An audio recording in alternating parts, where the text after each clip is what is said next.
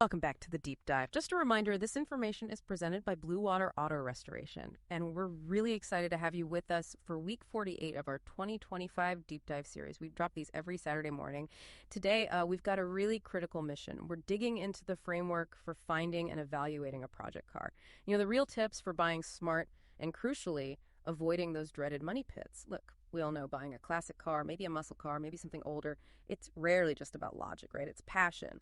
But if you let that passion just run wild without a solid plan, well, that dream project can turn into a serious financial headache, like fast. So today, we want to arm you, the listener, with a real system, a checklist, to make sure that next project car you're eyeing is actually viable, both financially and mechanically. That's absolutely the goal. It's all about minimizing risk. Because in restorations, anything you don't know about a car tends to be, well, expensive. So we're going to walk through that whole assessment process, step by step, from the initial research right down to doing a cold start check. It's about building that knowledge shield, really. That's what protects you from overspending and hitting those catastrophic problems like major rust. You just sink the whole project budget. We want you feeling confident, not, stressed out. Okay, let's dive in then. Section 1 is all about defining the mission and figuring out where to even look. So first things first, before you even start scrolling through ads, the most important step isn't actually looking at cars. It's looking inwards, right? You got to define the goal. Why are you buying this car? Is it going to be a full-on Concours restoration? Everything perfect. I may be a Restomod. Modern engine, better suspension. Yeah, or maybe just something fun to drive on weekends. Or perhaps you're thinking about flipping it for resale. That purpose changes everything. It really does. Because that goal immediately sets your financial guardrails. Yeah. And that leads straight to what I call the 2-3-year rule. This is non-negotiable. Your budget can't just be the price tag on the car. No way. It has to include the purchase price, sure, but also getting it home transport isn't free, and a realistic estimate for the whole restoration.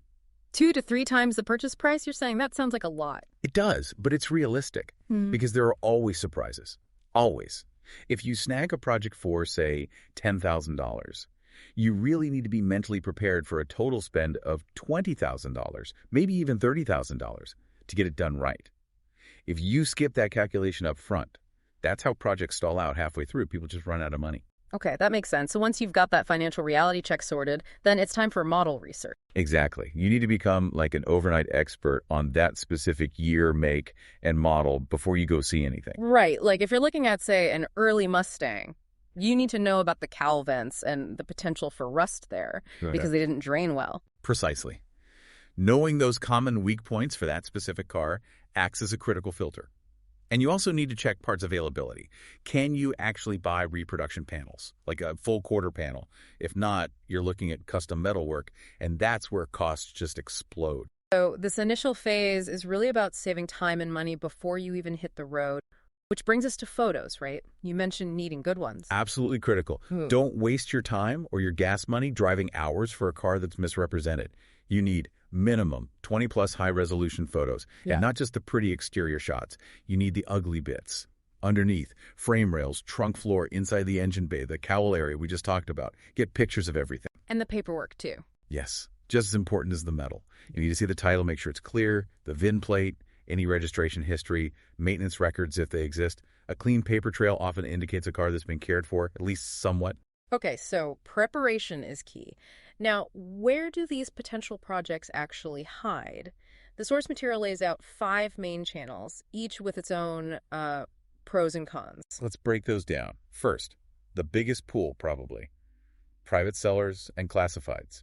Think Facebook Marketplace, Craigslist, that kind of thing. The pro. You might get the lowest price, and you can talk directly to the owner and get some history maybe. But the downside is huge, right? Misrepresentation. Enormous risk.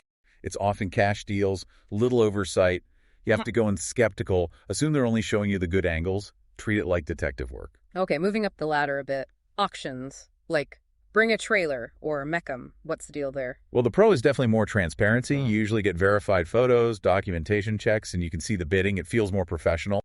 Catches, buyer's fees, for one. Yep, those can add a hefty chunk, 5, maybe 10% on top of your winning bid. But the real danger, I think, is psychological. It's that emotional overspend. Auction fever. Exactly. You get caught up in the moment, the competition. And suddenly you've bid way past that 70% market value rule we'll talk about later. You've turned a maybe okay deal into a guaranteed money loser because of ego. Okay, number 3. Car clubs and forums. These seem promising. They often are. The big advantage is these cars are usually owned by enthusiasts, people who know and love that specific model, so they tend to be better documented, maybe even come with spare parts or advice. You get a built-in community. What's the catch? Availability, mostly. Good cars and clubs often sell word of mouth before they ever get listed publicly. And competition can be stiff among members, sometimes pushing the price up a bit. Right. Now for the romantic option, barn finds or field cars. The dream of uncovering a hidden gem. Yeah, the dream. The reality can be a nightmare, though. Pro, potentially very low cost, maybe high originality, if you're lucky. But the cons? Immense. Condition is a total crapshoot. You're betting that sitting in a field or damp barn for decades didn't completely rot out the structure. That's a long shot. And the biggest headache often isn't the rust, it's the paperwork. Missing titles, unclear ownership. Trying to get a title for a car that fell off the grid 40 years ago. That can stop your project dead in its tracks for months, even years. Okay, last channel. Dealers or specialty restorers. This is often the safest route, especially for a first-timer. The pros are curated inventory. They've usually checked the paperwork, maybe done some basic mechanical work. Sometimes you even get a limited warranty. Peace of mind, basically. But it comes at a price. A significant premium, yeah. You're paying them for their expertise, their time finding the car, and for reducing your initial risk. It's the most expensive way in, generally, but potentially the least likely to bite you with immediate catastrophic issues. All right, that covers the sourcing. Now for the really meaty part. Section 2. The deep dive into structure, rust and frame. This is where projects live or die, financially speaking. Absolutely. This is the non-negotiable part. If you forget everything else, remember this. Buy the best body you can possibly afford. Because engines and transmissions are easier to fix than rust. Infinitely easier. Yeah. And usually cheaper in the long run. Think of the frame or unibody as the car's foundation. If that's compromised, everything else you do is built on shaky ground. So when you're inspecting that frame and unibody, what are you looking for specifically? You need to be meticulous, forensic almost.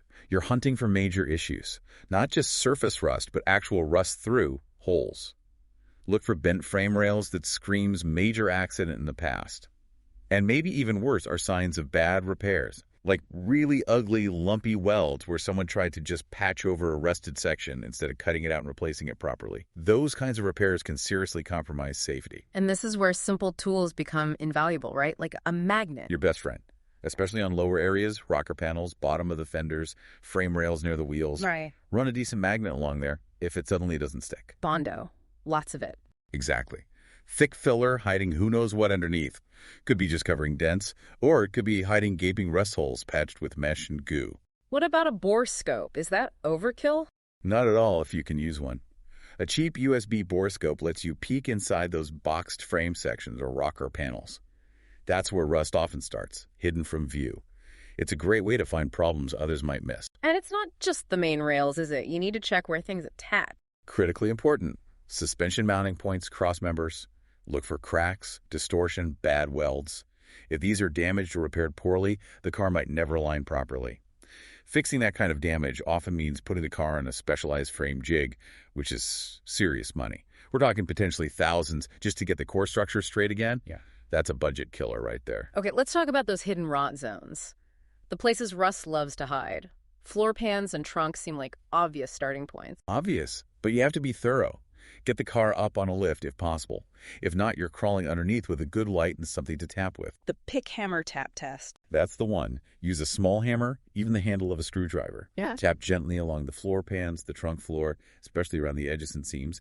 You want to hear a nice, crisp ping, solid metal. If you hear a dull thud, or worse, like a crunchy, papery sound, That's deep rust. Bad news. very bad news. It means the metal is layered with scale or just plain gone, often hidden under old undercoating or seam sealer. Check under the seats, too, where the floor meets the rocker panels. And inside the rear wheel, wells water and dirt collect there. What about near the gas tank? Definitely. Check the trunk floor around the tank, and crucially, the metal straps or supports holding the tank up. If those are rusty and weak, the tank could eventually fall out or leak. Big safety hazard, and fabricating new mounts isn't trivial. Okay, then another big one, especially on certain muscle cars. Mm. The firewall and cowl area. Why is this spot so notorious? Water drainage or lack thereof. Leaves, debris, clog up the vents at the base of the windshield. Water pools inside that complex, multi-layered cowl structure, and it just sits there, rusting from the inside out. And repairs are tough. Extremely tough. If you see rust bubbling near the windshield base or signs of leaks inside near the wiper pivots, run away. Or prepare for a massive repair bill. Fixing it properly often means cutting the top cowl panel off, maybe even pulling the dash out, fabricating new metal layers. Yeah. It's hugely labor-intensive. We're talking hundreds of hours, potentially. Wow. Okay. And what about the roof itself? Pillars. Also structural, also critical. The roof and pillars, A, B, and C, are essential for crash safety, especially rollovers. Rust in the pillars themselves, or where the roof panel joins them, is a major red flag. Particularly around drip rails or under old vinyl tops. Exactly. Water gets trapped under vinyl tops or in leaky drip rail seams and just eats away at the metal. Repairing pillars requires a high level of skill to maintain structural integrity. Again, very costly if it's severe. So finding serious rust in the frame, the cowl, the pillars, that immediately throws that 70% budget rule into question, doesn't it? It absolutely does. That kind of structural cancer can easily eat up 30–40% or more of your total estimated restoration budget before you've even thought about paint, engine, or interior. It forces a hard reevaluation. Okay, let's assume the skeleton is decent.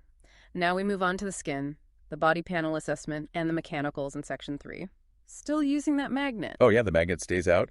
Run it over the lower fenders, door bottoms, rocker panels, wheel arches, anywhere prone to damage or rust that might be skimmed over with filler. Beyond filler, what other visual clues should you look for on the body? Panel gaps. Stand back and look. Are the gaps between the doors, fenders, hood, and trunk lid reasonably consistent, or are they wildly different side to side? Uneven gaps usually mean one of two things. Either the car had a bad accident repair and wasn't straightened properly, or someone did a sloppy